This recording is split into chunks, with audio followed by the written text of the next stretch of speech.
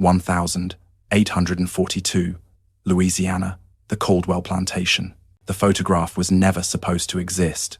When floodwaters pulled down the old oak trees of Caldwell Plantation, they uncovered a rusted tin box inside. A glass plate photograph of two identical boys standing before the burned mansion. Same eyes, same scar. But history only recorded one heir. The archivist who handled the photo in 1912 wrote a single note before sealing it away again. If this is a trick of the camera, it fooled the house itself. Locals in Street Landry Parish still whisper that the Caldwell family built their fortune on a mirror made of flesh. One boy born free, the other born to serve him. Louisiana, 1842, a night thick with thunder and humidity. Inside the plantation house, a child lies delirious with fever, his skin pale, his breath shallow. Down in the slave quarters, another boy, his skin the same pale tone, watches lightning flash across the windows. He does not yet know that by sunrise, he will be ordered to replace a dying child. Before we descend into that house, I want to ask you something. If a lie saves a family's name, but destroys a life, is it still a sin? Tell me what you think before we begin. Thunder crawled across the Louisiana sky as the doctor's carriage rolled through the flooded dirt road. The wheels sank deep into the mud, groaning with every turn. Inside, Dr. Everett Klein pressed a handkerchief to his nose. The air was thick with rot and rain. When he reached the Caldwell plantation, the lamps were already burning in every window, their flames trembling like trapped souls. A maid met him at the door, her dress soaked, her hands trembling. "It's the boy, sir. He's been burning all night. The mistress says he's seeing shapes." Dr. Klein nodded. He had been here before years ago, when the master's first wife died giving birth. The new mistress, Eleanor Caldwell, was known for her strict manners and her refusal to step outside during daylight. He followed the maid upstairs. Each stair creaked like a voice warning him to turn back. In the bedroom, the air was heavy with camphor and fever. The child lay on white sheets, eyes glazed, whispering something over and over, a name the doctor couldn't catch. At his bedside sat Mr. Caldwell, the plantation owner, tall, rigid, his face carved from years of discipline. "You'll save him, doctor," Caldwell said flatly. "He's all I have left." Dr. Klein examined the boy. The fever was catastrophic, skin damp, pulse faint, pupils unreactive. It was the third such case he'd seen that month, yet none had survived. "He's weak," Klein murmured. "His lungs are failing. You must prepare for—" "No," Caldwell interrupted. "He'll live. He must live." The doctor said nothing more. He'd learned long ago that grief, in wealthy homes, sounded a lot like command. When he stepped outside the sick room, he noticed something odd. In the hallway, near the servants' quarters, a boy stood watching him. Barefoot, shirt torn, eyes bright as a storm. He looked exactly like the dying child inside. "Who are you?" the doctor asked. The boy didn't answer. He just tilted his head, as if listening to a secret only he could hear. Then the maid hurried over, grabbed the boy's arm, and whispered, "Don't let the master see you here." The boy vanished down the stairs before Dr. Klein could speak again. For a moment, the doctor thought perhaps the fever had reached him too, that he'd imagined the face. But the muddy footprints on the floor were real. That night, thunder didn't stop, and somewhere between the boy's breathing and the rain, something in that house shifted like the sound of a lock turning from the inside. By morning, the rain had stopped, but the plantation was quiet in the way a battlefield is quiet after smoke. The servants moved like ghosts, their eyes down, their steps careful, as if afraid the floorboards might listen. In the master bedroom, young Nathaniel Caldwell lay half awake, breathing in shallow bursts. His skin had taken on a waxen tone, his lips pale blue. Every few minutes, he muttered the same words, something about a mirror, a shadow, or perhaps a name. No one could tell. Mrs. Eleanor Caldwell hadn't left his side in 2 days. Her once perfect hair had come undone, streaks of grey visible against the lamplight. She spoke softly to her son, then louder, as if volume might wake him from whatever dream held him captive. "You'll open your eyes when the doctor returns," she whispered. "You'll tell me what you saw last night in your dreams. Was it your mother's face?" Mr. Caldwell watched from the doorway, silent. The doctor had already given his verdict. The boy's lungs were collapsing, the fever rising beyond reach. In the hallway, the housekeeper, a small Creole woman named Inez, stood wringing her apron. When Caldwell turned toward her, she froze. "Speak," he ordered. "It's only that. There is another child, sir," she said carefully. "Down by the laundry shed. He looks—" "Enough," Caldwell snapped. "I know who you mean." That afternoon, the doctor returned to check on Nathaniel. The boy's condition had worsened. Each breath sounded like a blade scraping glass. "He won't last the night," Klein said quietly. Caldwell didn't respond. He stared at the window where rainwater traced thin lines down the glass. Then, with a voice colder than the storm, he said, "My wife must not see him die." "Doctor," Klein hesitated. "You want me to—" "No," Caldwell interrupted. "You'll do nothing. But there's a boy in the quarters. Same age, same face. Bring him to me after dark." The doctor stared at him. "You're talking about deception, sir. That's survival," Caldwell said. "This house was built on appearances. If my son dies, the creditors will come for everything. My wife will break. The name will die with him. But if the world believes he still lives," he let the thought hang in the air. When the doctor left that room, he couldn't shake the feeling that he'd just heard the devil's bargain spoken out loud.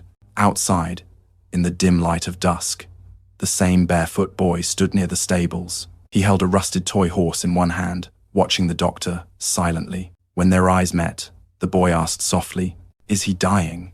The doctor didn't answer. He simply placed a hand on the boy's shoulder, the gesture trembling with something between pity and fear. Night fell over Caldwell Plantation like a curtain drawn too tight. The lamps burned low. The insects outside had gone silent, as if the swamps themselves were holding their breath. Dr. Klein stood in the doorway of the slave quarters. Inside, a dozen faces turned toward him, tired, suspicious, resigned. The smell of smoke and damp cotton filled the air. He scanned the rows of bunks until he saw the boy again. The boy looked younger here, smaller among the others. His name, whispered by one of the women, was Samuel. "The master wants you," the doctor said quietly. Samuel didn't move. "Did I do something wrong?" "No," Klein replied, though the word caught in his throat. "You're to come with me. Wash your face first." He waited as the boy splashed cold water over his skin in the wash basin.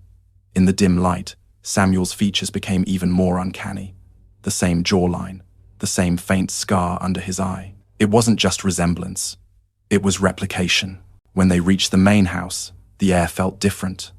Heavy, expectant. Caldwell was waiting at the top of the stairs, his expression blank. "Bring him in," he said. Samuel followed the doctor into the bedroom. The real Nathaniel lay motionless, his breathing shallow, the sound of death faint but steady. The mistress had been given laudanum to sleep. She would not wake. Caldwell approached Samuel slowly. "Do you know who he is?" Samuel nodded. "The master's son." "And do you know who you are?" The boy hesitated. "A worker." Caldwell's eyes narrowed. "Tonight, you will forget that." He guided Samuel closer to the bed until the two boys were face to face. Samuel stared down at the dying child, at the reflection of himself lying still. "He's me," Samuel whispered. "He was," Caldwell corrected. Dr. Klein tried to speak. "Mr. Caldwell, this is madness. The servants will know. The wife." "The servants will remain silent," Caldwell said.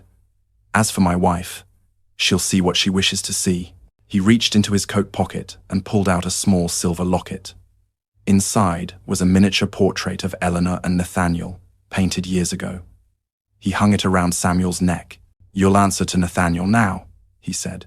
For a moment, no one breathed. Then the old grandfather clock struck midnight, its echo rolling through the house like a final warning. Caldwell nodded to the doctor. "You may leave. From this night forward, there is only one son." Dr. Klein stepped back, heart pounding. He had treated hundreds of patients, seen death in every form, but never had he witnessed the birth of a lie so perfect, so precise, that even God might mistake it for truth. As he turned to leave, Samuel looked up and asked, "If I forget who I am, will it hurt?" The doctor didn't answer. He simply closed the door behind him. And in that silence, The substitution became history. By the following evening, the house was dressed for company. Caldwell had ordered a supper to lift spirits, though no one in the house believed it was about joy. It was about proof. The long dining table gleamed beneath a chandelier of cut glass, its candles reflecting like tiny eyes. The silver had been polished until it caught even the smallest flicker of light. Outside, the fields shimmered under a wet sunset. Thunder still grumbled far away. At the head of the table sat Eleanor Caldwell, her face powdered pale, her smile fragile as porcelain. She had been told her son's fever had broken. The laudanum haze in her mind made that easy to believe. When the door opened and Samuel entered, dressed in Nathaniel's velvet coat, his hair combed, his skin still damp from the bath, the room fell utterly silent. For a heartbeat, even the crickets outside seemed to stop. Eleanor rose slowly, pressing a hand to her chest. Her eyes widened, then softened with relief. "Nathaniel," she breathed. "My darling, you're awake." Samuel bowed his head the way he'd been told, voice barely above a whisper. "Yes, mother." The sound of that word startled him. It didn't feel false, it felt heavy, ancient, as if it belonged to someone else who had just stepped into his mouth. Eleanor embraced him, trembling. She kissed his forehead, murmuring prayers of gratitude. Behind her, the butler and maids exchanged terrified glances but said nothing. At the far end of the table, Caldwell raised a glass. "To health," he said evenly. "And to family." The guests echoed him. But Dr. Klein, seated near the edge of the table, could hardly swallow. His gaze kept flicking between the boy's calm face and the shadowy stairwell upstairs, where the real Nathaniel's body still lay cooling behind a locked door. Dinner unfolded like theatre. Samuel repeated the words Caldwell had drilled into him. "Yes, sir." "Thank you, ma'am." He mimicked the way the boy used to fold his napkin, how he laughed softly when spoken to. Only once did he falter. When a guest, a visiting judge, asked about his recovery, Samuel instinctively used a word no child of privilege would know. Quarters. The room froze for a fraction of a second. Caldwell's knife clinked against his plate. Then, with perfect poise, he smiled. "He means his quarters upstairs," Caldwell said smoothly. "He's still resting." Laughter returned, fragile and nervous. The meal ended with coffee and silence. When the guests departed, Eleanor kissed her son again, tears bright in her eyes. "You frighten me," she whispered. "Promise you won't leave me again." "I promise," Samuel said. She didn't notice how carefully he avoided using her name. Later, after the lamps were extinguished and the house sank into uneasy quiet, Dr. Klein approached Caldwell by the veranda. "You can't sustain this," he said. "The servants know. The truth will eat through these walls." Caldwell stared out at the fields, where fireflies pulsed like dying stars. "Truth," he said, "is a matter of repetition. Say a lie enough times, doctor, and even the dead start to believe it."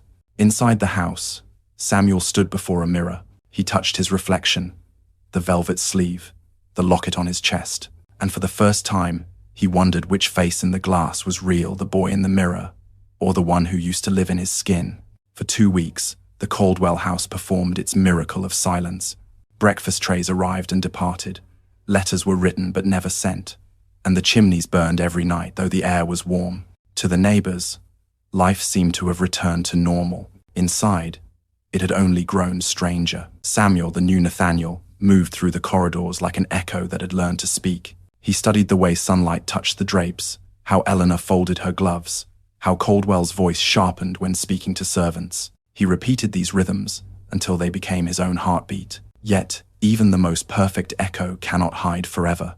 The first rumor began in the laundry shed, whispered between 2 young maids as they wrung linens over a wooden tub. "He calls her mother now," one said. "But last week, I heard him praying. He used the wrong name." "What name?" "His own." They fell silent when the overseer passed. But by nightfall, the story had drifted through every corner of the quarters, how the master's son had died and come back with a different voice. Down in the stables, the old groom crossed himself and muttered, "That ain't resurrection, that's replacement."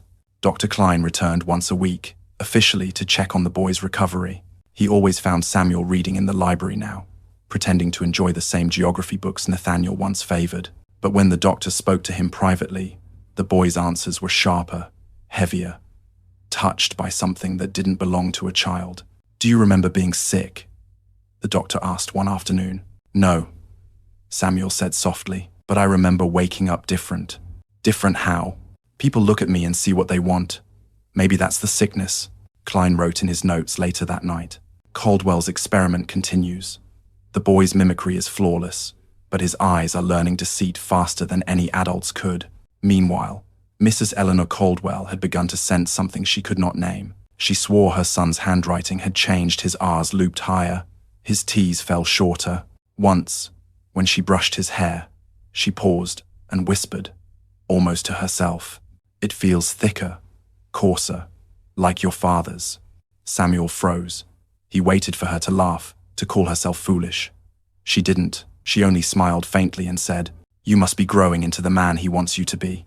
And just like that, the lie deepened another root. Outside the mansion, the gossip reached the local parish. The young preacher, Reverend Hollis, visited the plantation under the pretext of blessing the household. He stayed for tea, prayed over the family, and as he left, he asked Dr. Klein quietly, "Tell me, doctor, is the boy truly healed, or has something else taken his place?" The doctor had no answer. That night, as he rode away through the dark Cypress Road, lightning flashed behind the mansion's silhouette, and for a split second, he thought he saw two figures in the upstairs window, standing side by side. Autumn crept over Louisiana early that year. The cane fields turned the color of brass, and the nights carried the faint chill of something ending. Inside the Caldwell mansion, a faint smell of smoke lingered in the hallways, not from the hearth, but from paper. It was the housekeeper, Inez, who first noticed it. She was sweeping near the library when she saw a thin curl of ash drifting out from the grate. Curiosity drew her closer. Beneath half-burned scraps of correspondence lay a fragment of fine stationery, edges blackened, but words still visible. It read, "You must never speak of the boy again. His eyes alone betray what we did. If he lives, the name will not." The handwriting was delicate, elegant, a woman's. The signature was gone, eaten by flame. Inez hesitated. Then, against every rule of her position, she hid the scrap beneath her apron and carried it down to the cellar where Dr. Klein was washing his hands. "Doctor," she whispered, "you should see this." He unfolded the charred piece and read the line 3 times before looking up. "Where did you find it?" "In the library fire." Mr. Caldwell said he was burning old ledgers. The doctor's pulse quickened. He recognized the paper-imported linen stock, used only for family correspondence. He also recognized the phrasing, "The name will not." It was how Caldwell spoke when he was afraid. Later that night, Dr. Klein searched the library under the pretext of fetching medical notes. In the desk drawer, behind the estate deeds, he found a bundle of letters tied with silk thread. Most were harmless. Invoices, thank yous, church invitations. But one envelope addressed to Mr. Caldwell, personal and private, had been slit open and resealed with new wax. Inside was a letter written nearly 10 years earlier. The ink had faded, but the words cut through the years. "You promised our secret would remain buried after she died. But the child is here, Robert. He has your eyes, your left-handedness, your stubbornness. You may call him whatever you wish, but you cannot call him mistake." The signature, M. Klein stared at it until the letters blurred. M. Mary. Margaret. None of the servants bore that name now. He realized then that Samuel's resemblance to Nathaniel was no divine accident. It was inheritance. He sealed the letter again, returned it to the drawer, and sat alone in the dark for nearly an hour, listening to the soft ticking of the clock and the sound of rain beginning outside. When he finally left, he found Samuel standing in the doorway, barefoot, eyes wide. "What are you doing here, boy?" the doctor asked, startled. "I heard the fire," Samuel whispered, "and the voices. Sometimes I think this house talks when it burns." Klein forced a thin smile. "Go to bed. If the house is lying," the boy said quietly, "shouldn't someone tell the truth?" The question followed the doctor long after Samuel disappeared down the hall. In his journal that night, he wrote one final note before locking it away. The substitution was not the beginning of deception. It was its continuation. Reverend Hollis returned to the Caldwell plantation on a Sunday morning when the fog sat low over the cane fields. His sermons in town had lately drawn whispers about redemption, about sin hiding under silk. Perhaps it was curiosity, or guilt, that drove him back to the house he could not stop dreaming of. As he approached the gates, he saw the Caldwell flag drooping in the still air. The house looked the same, immense, proud, and faintly sick. A servant opened the door without a word. Inside, everything smelled of polish and candle wax, the perfume of control. Mrs. Eleanor Caldwell greeted him with pale cheer, her gloved hands trembling slightly. "Reverend Hollis," she said, "how kind of you to visit. Nathaniel has been asking for your prayers." She led him to the parlor, where the boy sat reading a hymnal, sunlight pooling around him like an obedient halo. He looked up, smiled politely. "Good morning, Reverend." The voice was gentle, practiced, perfect. But Hollis froze. Something in the boy's gaze, the focus, the stillness, belonged not to a child but to someone learning restraint by necessity. "Do you remember me?" Hollis asked. "Of course," the boy said. "You baptized me." Hollis nodded slowly. He had baptized Nathaniel Caldwell 6 years ago. Yet this boy's left hand traced the edge of the hymn book, while his right remained still. The real Nathaniel had been right-handed. "Would you say a prayer with me, Nathaniel?" the Reverend asked. The boy nodded. They knelt together by the window. Eleanor closed her eyes, tears slipping past her lashes. Hollis began softly. "Lord, you know the names of all your children. None are lost, for every soul bears its mark." Samuel's lips moved, repeating the words, but then, almost imperceptibly, he faltered. Instead of "Father," he whispered, "Master." The Reverend's eyes opened. The word hung between them like a crack in glass. He looked toward Caldwell, who stood silently in the doorway, his hand resting on a cane. "Reverend," Caldwell said evenly, "you must forgive him. He's still recovering." The fever, Hollis echoed. "Or the guilt." The master's expression did not change. "You came to bless this house, not judge it." "Perhaps those two are the same thing," Hollis murmured. Dinner was served later, and the Reverend stayed against his better judgment. He noticed small things, the way servants avoided looking at the boy, how the mirrors in the hallways were covered with lace, how the old family portrait had been removed. After the meal, Hollis asked to walk the grounds. Caldwell allowed it, though a shadow followed him, one of the overseers, silent and watchful. By the family cemetery, the Reverend paused. Fresh soil lay over one grave, the headstone blank. No date, no name. He bent to read the faint inscription carved beneath the dust, "For the one who remains unseen." When he turned, Caldwell was there, watching. "You've seen enough," the master said. "Enough to know your house holds 2 sons." Hollis answered quietly. Caldwell's hand tightened on his cane. "Be careful what sermons you preach, Reverend. The Lord might listen too closely." That evening, as Hollis rode away through the fog, the bells of the plantation chapel tolled once, though no one had touched the rope, and from the house behind him came a single sound, faint and chilling, a boy's laughter, echoing through the empty corridors, rising like prayer, turned backward. The rain returned 2 nights after the preacher's visit. It came without thunder this time, just a steady whisper that softened every sound the house wanted to forget. In the attic above the nursery, a locked door waited. Few knew what lay behind it. Those who did pretended not to. But Inez, the housekeeper, had tended this home too long to pretend anymore. She climbed the narrow stairs, candle trembling in her hand. The smell reached her first, sweet and heavy, the scent of linen left too long in summer heat. She turned the key she wasn't supposed to have. Inside, the window had been nailed shut. A single chair stood beside the bed. On the mattress lay the body of Nathaniel Caldwell, pale and still, wrapped in a thin sheet that had once been white. His small hand, now stiff, still clutched a wooden horse. Inez covered her mouth. Tears fell silently. Someone had tried to preserve him. His hair brushed, a ribbon tied neatly at his wrist. But decay has no loyalty. The truth was eating through the silence. She knelt, whispered a prayer, and then heard a voice behind her. "You shouldn't be here. You shouldn't be here." It was Caldwell. His face looked carved from marble, untouched by light or mercy. "Sir, he's still here," she said weakly. "He won't be for long." He stepped forward, took the candle from her hand, and stared at the body without expression. "He was my blood," he said, almost to himself. "But so is the other." Inez shook her head. You can't bury him twice. Caldwell's gaze shifted toward her. No one will speak of this. Tomorrow, before dawn, the wagon will take him to the river.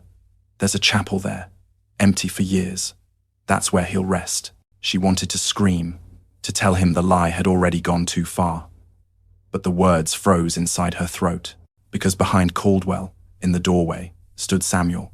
He had followed the master upstairs, barefoot, unnoticed until now. The candlelight caught his face, the same eyes, the same bone structure. For a heartbeat, it looked as though the dead boy had risen. Caldwell turned and saw him. For the first time, something close to fear crossed his features. Go back to your room, he said sharply. Samuel didn't move. His gaze was fixed on the bed, on the tiny wooden horse in the dead boy's hand. That was mine, he whispered. It's his now, but he doesn't need it anymore. The master's tone hardened. Enough. He took a step towards Samuel, but the boy spoke again, voice trembling. Why does he get to stay in heaven while I stay here? Caldwell froze. The candle flickered violently, casting both their faces into shifting halves of shadow and light. Finally, he said in a voice almost tender, because you're the one who can be seen. That night, before dawn, the wagon left quietly through the back road, covered by a tarp and rain. Dr. Klein drove it himself. He didn't look at what lay inside. At the abandoned chapel by the river, he buried the child beneath the floorboards and marked the spot with nothing more than a stone. When he returned, he found Samuel waiting by the veranda, soaked from the rain. The boy asked, did he find peace? Klein hesitated, then said, he found silence. Sometimes that's all the living can give the dead. Behind them, the first light of morning touched the Caldwell fields. It shone on two sets of footprints, one large, one small, disappearing into the mud. Winter arrived late that year, soft and colorless. The Caldwell house smelled of oil paint and turpentine. An artist from New Orleans had been invited, a quiet man with tired eyes, known for painting the kind of portraits that outlived their subjects. He arrived one morning with a wooden chest full of brushes and a promise. When I leave, you'll be eternal. Caldwell met him at the door. Paint us as we are, he said. But of course, that was the one thing the artist could never do. The family gathered in the east parlor, the grandest room of the house. Sunlight filtered through tall windows, scattering gold dust over velvet curtains. Mrs. Caldwell sat straight-backed in her mourning grey. Her husband stood behind her, hand resting on her shoulder, and between them sat Samuel, the new Nathaniel, dressed in white linen, eyes bright, posture perfect. The artist worked in silence for days.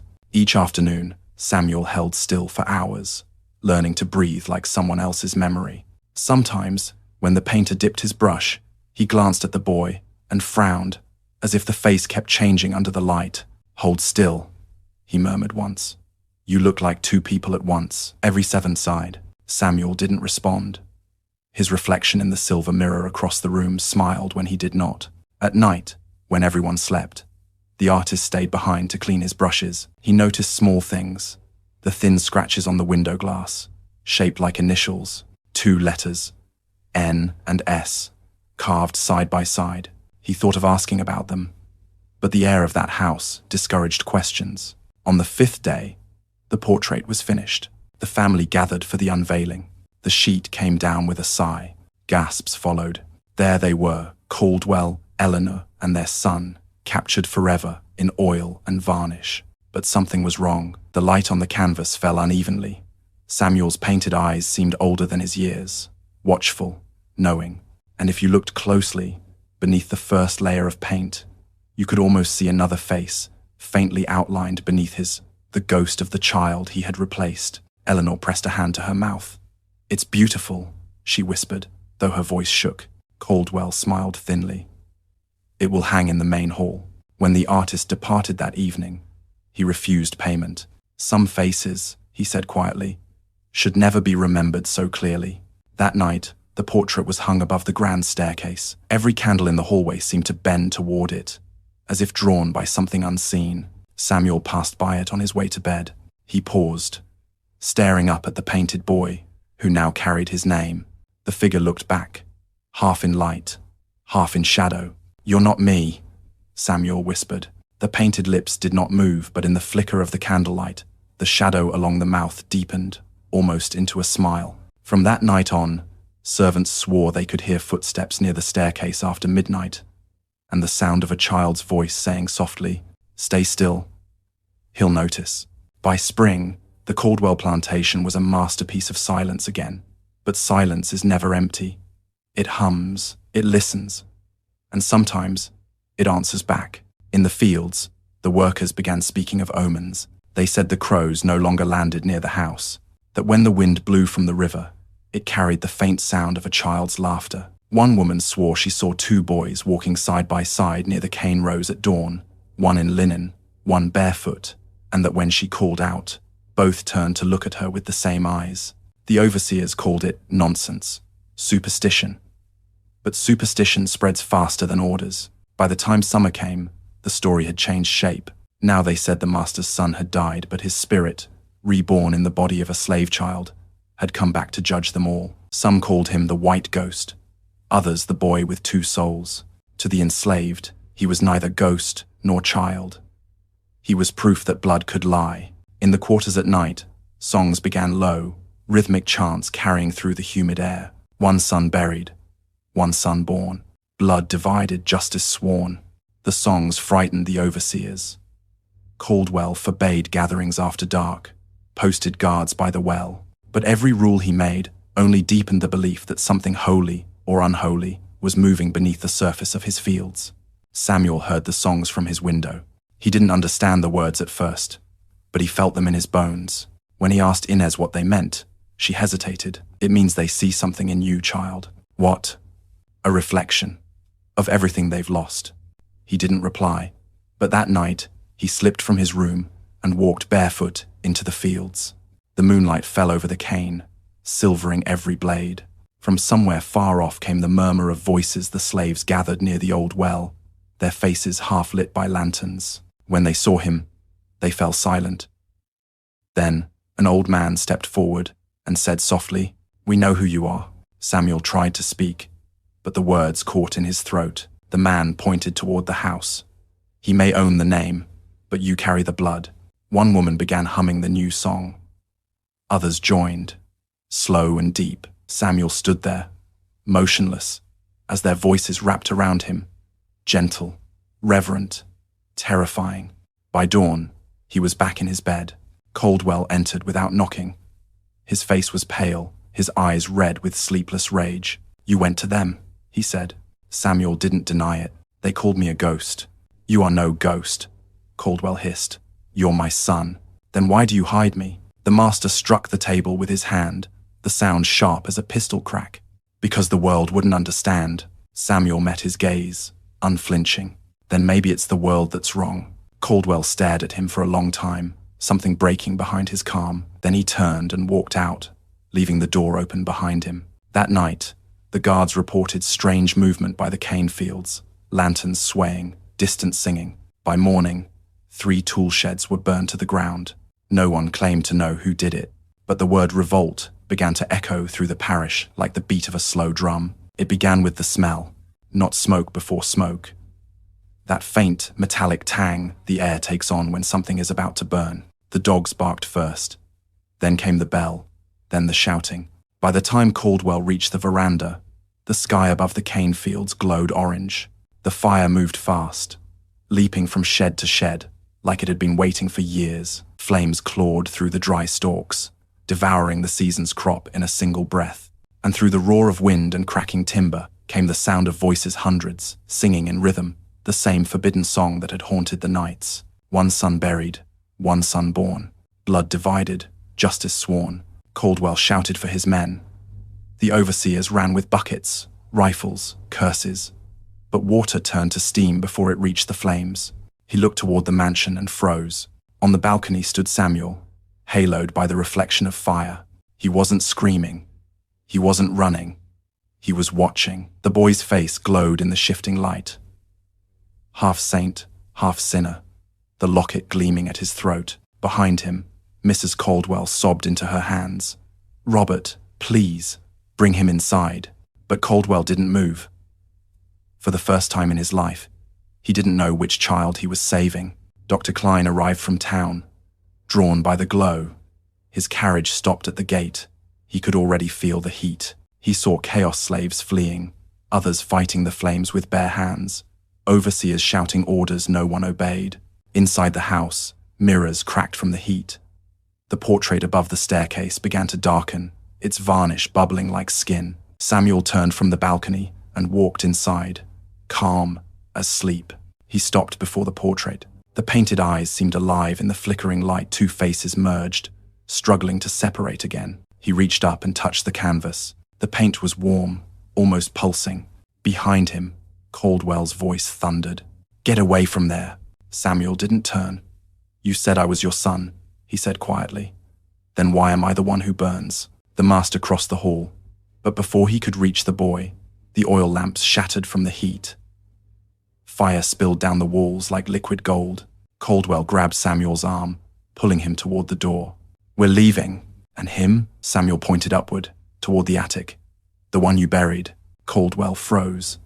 The boy's words struck like a blade. He looked up the staircase, the path to the locked door, to everything he had buried. A beam fell from the ceiling. The portrait tore in two, splitting down the center, one face in shadow, one in flame. The fire roared through the hall, erasing distinctions, erasing names. Caldwell turned to the doctor, shouting over the noise. "Take him!" Klein grabbed Samuel, dragging him outside as the roof caved in. They stumbled into the yard, coughing, blinded by ash. Behind them, the Caldwell mansion collapsed inward, flames devouring its own reflection in the windows. The song still echoed from the fields, rising with the heat. And as the house fell, a gust of wind carried through the smoke, a sound that was almost laughter. Two voices, overlapping, indistinguishable. By dawn, the plantation was a skeleton of black timbers and smoke. The portrait was gone. The master was gone. But near the riverbank, footprints led away small ones, barefoot, headed east. The fire burned for 2 days. When it finally died, what remained of Caldwell Plantation was a landscape of bones, charred beams, the skeletons of staircases, a few blackened trees still standing like mourners too stubborn to fall. Dr. Klein returned with men from town to search for survivors. They found none in the main house, only heat, soot, and silence. By the 3rd day, the smell had changed from smoke to something colder, older, like the breath of a wound healing wrong. In the rubble near what had once been the study, they uncovered a small iron box, warped from the heat but unbroken. Inside, wrapped in scorched linen, lay a letter addressed in the master's unmistakable hand. "To whoever finds this, know that this house was built not on land, but on names. I have spent a lifetime confusing one for the other." The ink had bled, the sentences fractured, but Klein read on. "There were 2 sons, one born from my vows, one from my sin. The world demanded I choose between them, and I chose wrong. I tried to bury my shame under another's name, but fire has no allegiance. It burns what you love, and what you hide the same." The final line was almost illegible. The paper half melted into the linen. "If there is mercy beyond this world, let it fall not on me, but on the one who still carries my eyes." Klein folded the letter carefully, his hands trembling. He looked toward the river where Samuel had fled. In the reflection of the water, the smoke still rose behind him like ghosts ascending. That night, while the others slept, he returned alone to the ruins. The moonlight made the ashes silver, almost beautiful. There, in the spot where the portrait once hung, he found something half buried, a small silver locket, blackened but intact. Inside was the miniature painting of Eleanor and her son. Only now the image had blurred. The faces melted together into one indistinguishable blur, as if the heat itself had refused to choose. Klein closed it and whispered, "Rest, both of you." Then he buried the locket in the soil where the front door once stood. Far from the ruins, by the riverbank, Samuel awoke to the sound of frogs and wind. His clothes were torn, his skin streaked with soot, his eyes bright and hollow. He reached into his pocket and found something small, a folded scrap of parchment he didn't remember taking. On it, in his father's handwriting, only 5 words remained unburned. "You are my truth now." Samuel sat there until the sun rose. The reflection of dawn shimmered on the water. And for the first time, he didn't look away. 70 years later, In the autumn of 1912, the river rose again. The Street Landry Parish Gazette recorded the event in 3 dry sentences. Heavy flooding in the lower parishes exposed the remnants of an antebellum estate believed to be the Caldwell plantation. Artifacts retrieved will be sent to Baton Rouge for archival examination.